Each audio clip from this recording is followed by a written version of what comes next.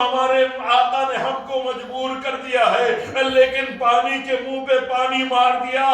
کہا کہ تو کیا سمجھتا ہے کہ عباس محتاج ہے؟ نہیں محتاج نہیں ہے، عباس صرف اپنے آقا کے حکم کا غلام ہے۔ بس روایت بتاتی ہے کہ عباس نے اس مشک کو بھرنے کے بعد پیاسا ہی فرات کو چھوڑ دیا، کیونکہ صرف یہ چاہتے ہیں کہ خیموں تک پانی پہنچ جائے۔ بس اب نکلتے ہیں، بھاگی ہوئی فوجیں سمٹنا شروع ہوئی۔ روایت بتاتی ہے کہ کسی کے سامنے آنے کی پھر بھی جرأت نہ تھی۔ اب عباس بہت تیزی سے آگے بڑھ رہے ہیں، اب اس طرف سے نکلے کہ جس طرف سے آپ سمجھ لیے کہ ایک چھوٹا راستہ ہے، نخلستان کا راستہ ہے، درخت لگے ہوئے ہیں۔ عباس نے کہا ادھر سے تیزی سے پہنچ جاؤں گا، لیکن اب عباس چل رہے ہیں تیزی سے۔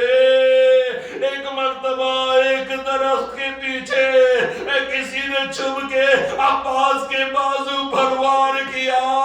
ایک مرتبہ علم کو جھٹکا لگا۔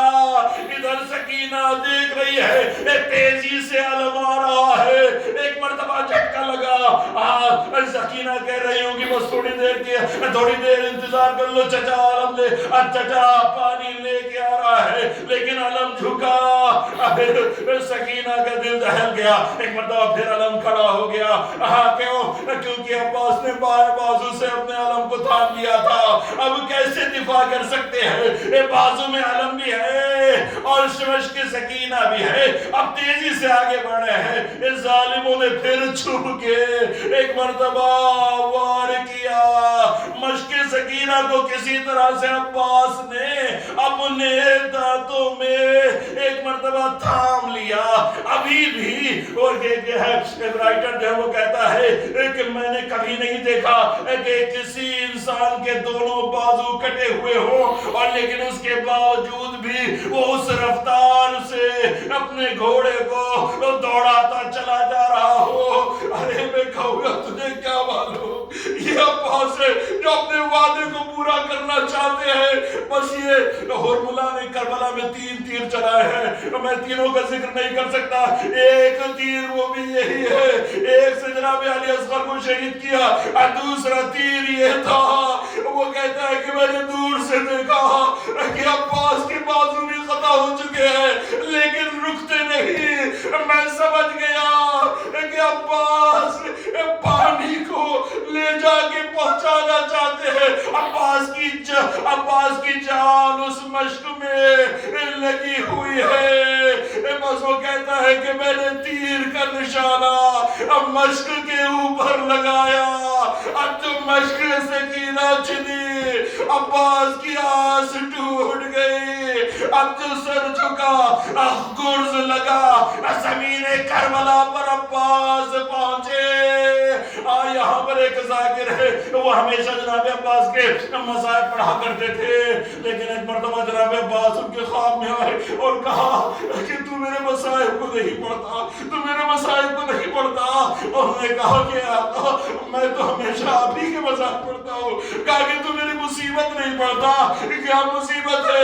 ارے مصیبت یہ تھی کہ جب بھی کوئی شہید زمین کربلا پر آیا ہے تو اس کے ہاتھ موجود تھے، اور جب بھی وہ آیا ہے اس نے کم سے کم اپنے ہاتھوں سے ٹیک کے اپنے آپ کو سنبھال لیا ہے۔ لیکن عباس جب گرز لگا ہے، جب زمین پر آئے ہیں تو ہاتھ تو نہ تھے، منہ کے بل ہمارا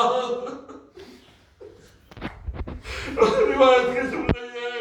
اب آواز آقا غلام کی خبر لیجئے، ادھر حسین نے کہا انکسر ظہری، ارے اب میری کمر ٹوٹ گئی، میری کمر ٹوٹ گئی، راہ چارہ مسدود ہو گئی۔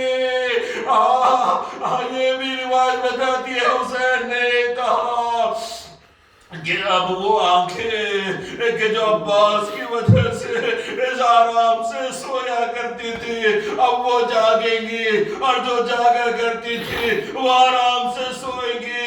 بس اب روایت بتاتی ہے کہ جناب آقا حسین بڑی مشکل سے جناب عباس کے پاس پہنچے۔ میں جانتا ہوں وقت ختم ہو چکا ہے، بس 2 منٹ کے مسائل اور سن لیجئے۔ روایت بتاتی ہے کہ جناب آقا حسین آئے، جناب عباس کے سر کو اپنے زانوں پر رکھا، اور اس کے بعد کہا اے عباس کوئی وصیت ہو، کوئی خواہش ہو تو بیان کرو۔ کہا کہ آقا میں جب اس دنیا میں آیا تھا تو جب آنکھ کھولی تھی تو سب سے پہلے آپ کی زیارت کی تھی۔ اے آقا اب میں جا رہا ہوں تو چاہتا یہ ہوں کہ آپ کی زیارت کر کے جاؤں۔ کہا کہ تو پھر زیارت کیوں نہیں کرتے، کیوں نہیں زیارت کرتے؟ کہا کہ آقا ایک آنکھ میں تیر ہے، ایک آنکھ میں خون ہے، ایک مرتبہ خون کو صاف کیا، بھائی نے بھائی کو دیکھا، مرتبہ حسین نے بھی کہا میری بھی ایک خواہش ہے، میری بھی ایک وصیت ہے۔ عباس جب سے تو نے بولنا سیکھا کبھی مجھے بھائی کہہ کے نہ پکارا۔ عباس آخری بار اب مجھے بھائی کہہ کے بلا دے۔ بس روایت بتاتی ہے جناب عباس نے اپنے آقا کی وصیت کو پورا کیا، اس دنیا سے رخصت ہو گئے، وہ قفص عنصری سے پرواز کر گئی۔ اب آقا حسین علم کو اٹھائے ہوئے چلے آ رہے ہیں۔ سکینہ سمجھی کہ عباس آ رہے ہیں، لیکن عباس نے اپنے آقا سے اسی وقت وصیت کر دی تھی اے آقا میرے لاشے کو آپ خیموں میں نہ لے جائیے گا، میں نے اپنی سکینہ سے وعدہ کیا تھا، میں وعدہ